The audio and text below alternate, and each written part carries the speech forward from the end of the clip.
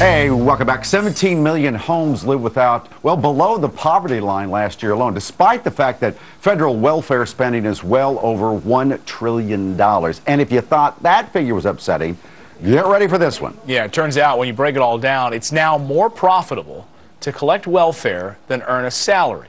Well, join us right now to explain more about this. David Weber, co-founder of Tea Party 365 and the host of the David Webb Show on Sirius XM. This is a classic case of makers and takers, the argument right at its core. Absolutely, and it's not a political argument. This is an economic argument. When you have more people, and think about the unemployment issue. If you can make $600 a week, let's just use the number, and get that from the government versus $700 going to work, people make the calculus. I'll rather take it from here.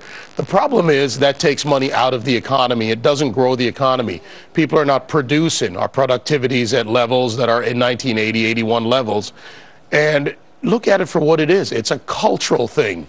We've grown an entitlement culture, and people that say it's okay to get it rather than earn it. So if you look at 2011, we had 83 different programs that spent a combined of $745 billion.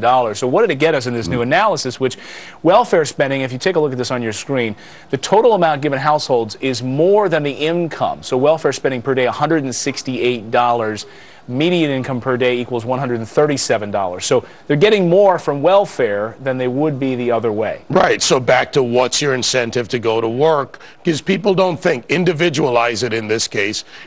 The thought is, I can get it here, why go work for it? When you have 110 million people or so who are really productive in this country and 80+ million people who are on form of entitlements or whatever, it's an unsustainable future. And then the GAO comes out and they literally lay out our fiscal future. They say we're on an unsustainable track. Then we get a CBO analysis. For 2013, we're already almost $300 billion in the hole. That's our federal debt.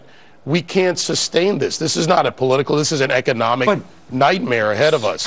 You really think, well, what do you think the majority, with the percentages, people on welfare who really, the majority of them don't want to be on it, do they? No, and that's hard to ascertain, and that's what I don't like about the political arguments. You do have to analyze and look at where it is, but what you do, how do you resolve the problem? Don't worry about who likes it or who doesn't like it. Cut the programs.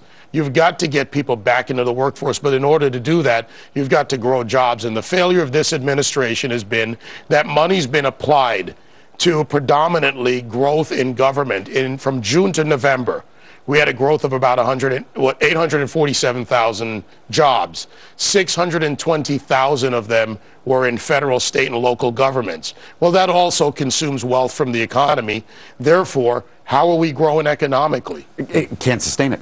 It's an GAO said it, unsustainable future. Who would want to turn down that money when it's being handed to them? David Webb, always great to see you.